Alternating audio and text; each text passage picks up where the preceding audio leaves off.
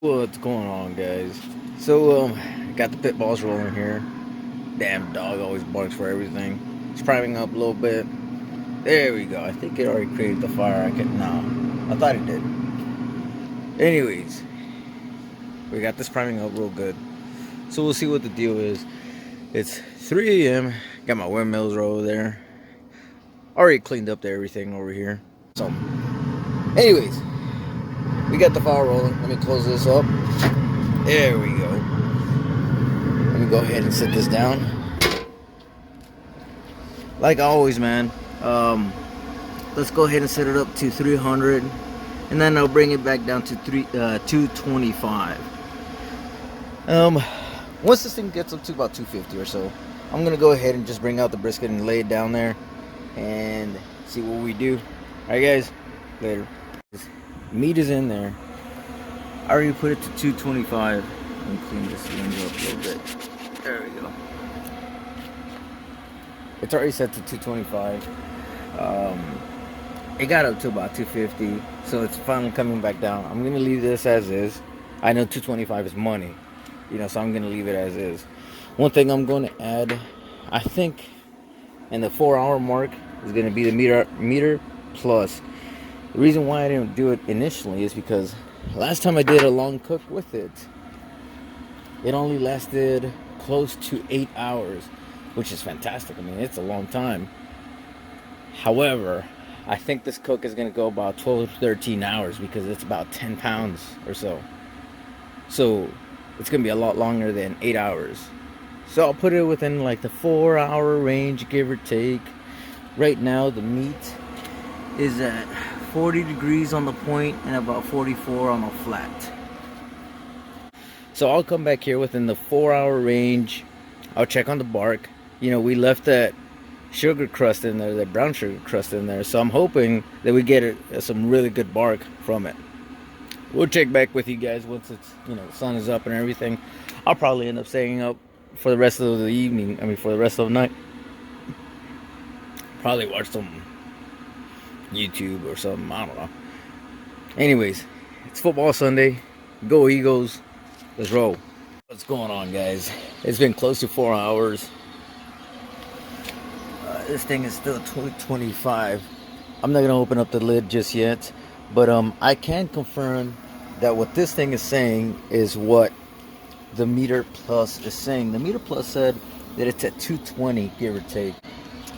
This thing says 244 for the 151 for the internal temp. I think the meter plus says 146, something like that. So it's pretty good.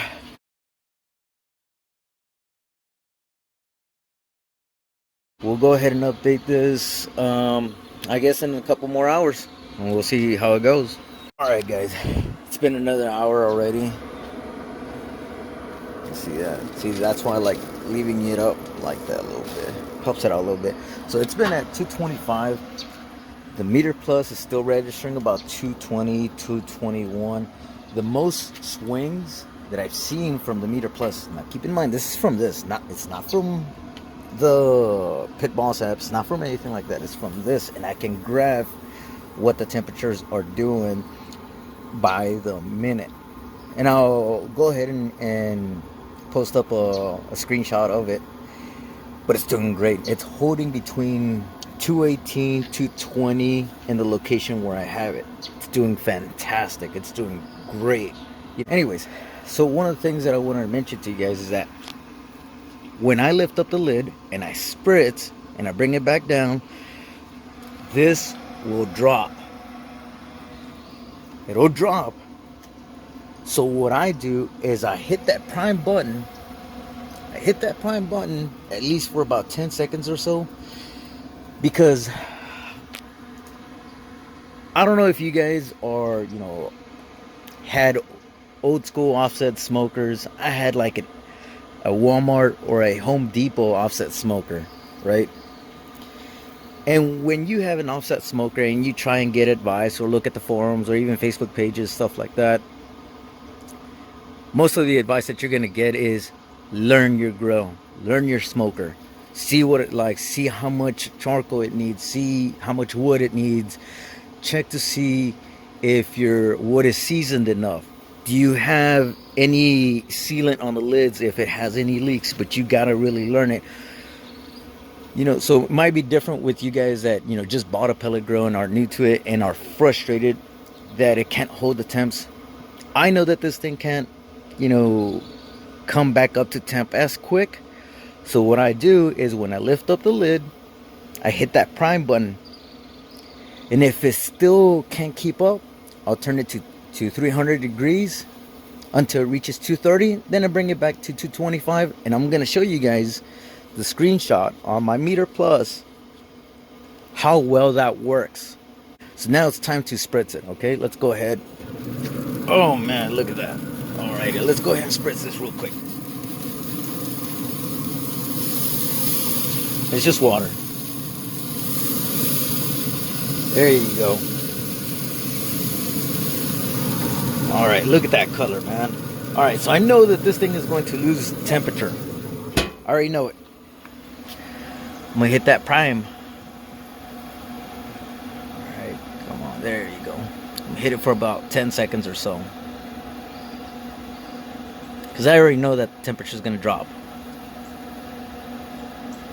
That should be it. Then we're going to see the smoke coming out. Now, because it's a lot colder, I ended up dropping this a little bit to about 2 fingers or so. So you're going to start seeing a lot of that smoke come out because I already, I primed it quite a bit.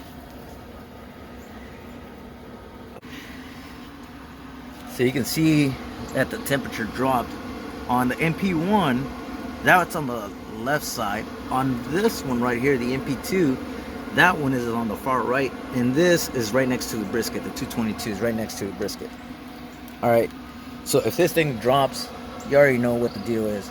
Now, here's the interesting part. When I had it at 225 and it still stayed there, my Meter Plus said that the biggest swing that it ever got was when it dipped down to 216 and it went up to 221, I think, which is about 5 degrees. That's it. Everything else has been about 2 degrees difference, swings. That's not even a swing, man, to be honest with you. Hell, ovens have more swing than this does, right? It's great, but like I said, man, you really gotta learn it. And me, having to deal with an offset smoker for a long time, for years, I don't know, I see something, I see like an issue, I see a drop or whatever, I just go in there and I try different things so I can learn how my smoker does. And so when I see a lot of these comments on Facebook or on forums and whatever about the drop in temperature, it'd be nice to just press the button and let it do its thing the way that it's supposed to. We all paid a big, pretty good money for the smoker, and it's great. I mean, don't get me wrong, we all paid all this money, but at the same time, you also got to learn to use it, right? There's some people that say, hey, I've never had an issue. Fantastic, great. There's some of the people say, hey man, my smoker dropped down to 198. Okay, prime it back up and see what it does. And if it indeed, it won't do anything because the auger is getting stuck or it's not spinning fast enough, then hey, just call Pit Boss and see what they have to say. But in my case, I just have to learn it. I just have to make the necessary adjustments, at least on my end. It seems to be working great. And like I said, I'll have to show you guys the picture of the Meter Plus and how well it's doing as the time progresses. As time progresses, I mean, it's only about 2 to 3 degree swings. That's it. Now, when I did prime it initially, I set it up to 300. I let it get up to 230. It climbed up to like 245 or something like that. I can't remember. But in the picture, you're going to see the huge swing up, and then it comes back down, and then it levels off. It only lasted about 5 minutes. That's it. It didn't even last a whole lot.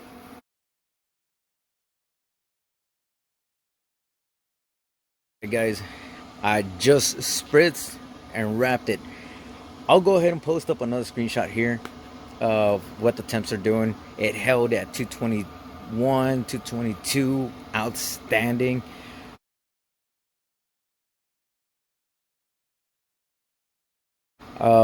It hit the stall. It's at 164 right now.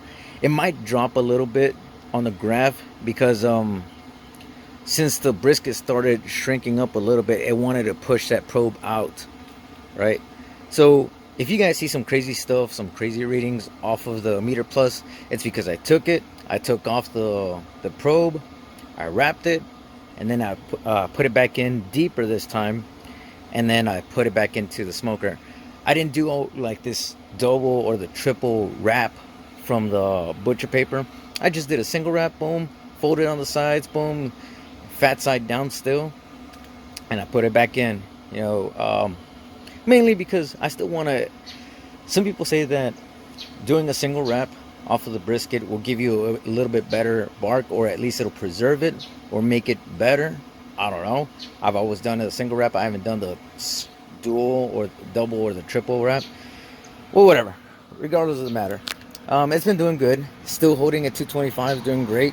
The probes are still where they're supposed to be. I did take out the other probe. What's it called? The one that was in there. It was reading something like 172 or some shit like that. I don't know. So I'm just gonna go off of the meter plus if it still stays there. The last time that I had a meter plus go on a long cook was that it lasted about 8 hours, I believe. 7 hours and 30 minutes or 8 hours, somewhere around there. So that's how long the battery lasted, at least for me. So I don't anticipate that happening. It's cooking a lot faster than I anticipated, even at 225. You know, it got up to the stall real quick.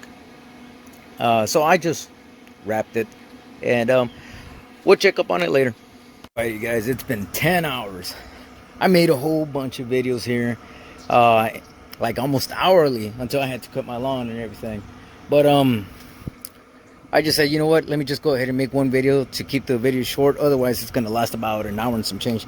Anyways, so after I wrapped it, put it back in there, what ended up happening was that I left the lid up a lot longer than I should have.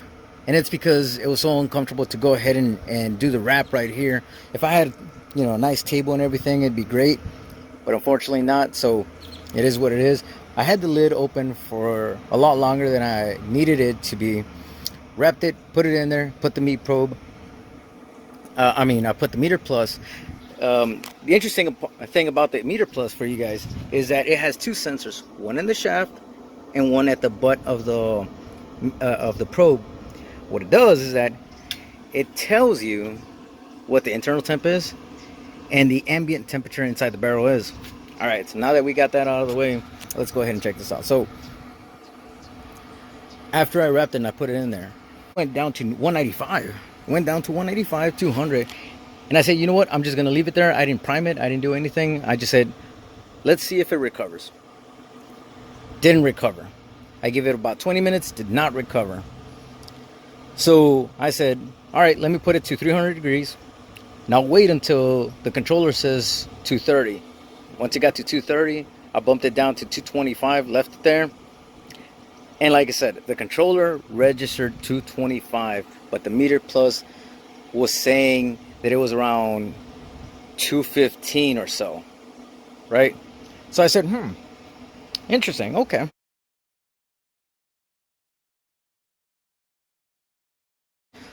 And I just left it like that. I left it like that. I didn't do anything. I didn't prime it, nothing.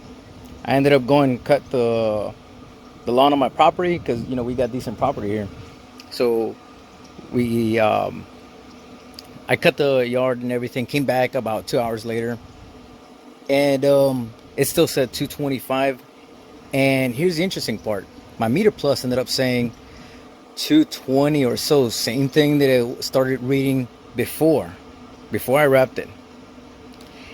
And I'll go ahead and show you guys the screenshot of the Meter Plus app of how the temperature went on.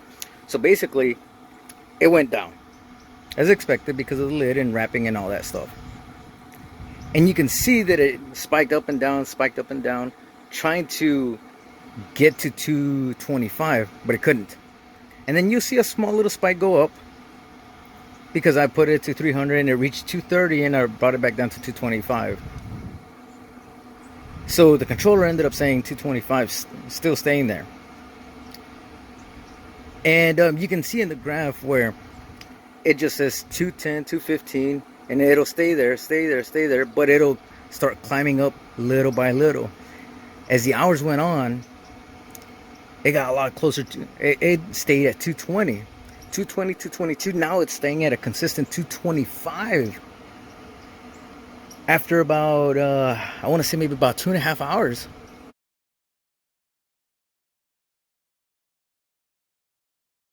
It's now right at 225. It's crazy. So what I'm trying to say is that if your temperature drops like mine did, and it did not want to recover, mine did not want to recover at all. Like, it just didn't. I didn't prime it up like I did last time. So that might be part of the fault that I didn't prime it. I just wanted to see what it did. And for 20 minutes, it didn't do anything. It couldn't recover. So once I brought it up in temp, the controller said 225, and it held at 225. But the actual temperature on the inside of the barrel was about 10 degrees lower, but it started climbing with time, right? So if you have that issue, just crank it up a little bit, let it get to 230, bring it back to 225, and monitor it. I highly recommend getting yourself a meter plus or something to check your ambient temperatures in here too. Highly recommend it, so that you can actually graph what's happening inside your barrel. The meter plus has nothing to do with the pit boss. It has nothing to do with the controller. It has nothing to do with the probes. Nothing. Got nothing to do with it. That's its own thing. So that's how I know what the barrel is doing on the inside, or what the temperature is on the inside. You know, so give that a shot, man. It's working fantastic for me. Working phenomenal for me. It's already been 10 hours, man. It's been 225 the entire way. The inside of the barrel with meter plus, you know what it said, it never swung higher than 10 degrees or so. It's always been about 2 to 3 degrees, give or take. When I crank it up, yeah, you'll get some fluctuations and everything, because I bring it up and then I bring it down. But outside of that, it's super consistent. Super consistent. Learn your grills, guys. Learn your smokers. Even though this thing is a pellet smoker and everything, you still got to mess with it a little bit, at least in my case. And you know, it's doing phenomenal for me. It's doing great. So I'm hoping this works for you guys too. It's been working fantastic. So I know a lot of you guys get frustrated. Hey man, it's not holding temp. I'm gonna go ahead and return it. Chill, bro. Relax. Try this out a little bit. And if it works, great. Fantastic, man. Keep on using it. This thing is almost done. It's around 190, I think, on the internal temp. So I might end up cranking it up, or I just leave it as is. I don't know. But I hope this works for you guys, man. All right, guys. So here's the final product right over here. Towards the end, after the last section where I gave you guys, you know, how everything's working. After that, I just cranked it up to 300 degrees, and it held no problem, obviously. You know, just so we can finish it off. It came out to about 203 degrees, and it feels like butter. So, please like and subscribe. We just made this channel for the 1150, and hopefully a couple more things too. We're also going to do some other stuff like bacon, and you know, we might end up getting a Kamado. I don't know. But anyways, if this video helps anyone out with those temperatures, please let us know in the comment section. If it doesn't, just let us know, and we'll see what we can do on our end to help you guys out. But so far, this thing is fantastic, and I highly recommend you guys getting the meter plus probe. Get that. I'm telling you guys, you won't regret it. Anyways, y'all have yourself a good day.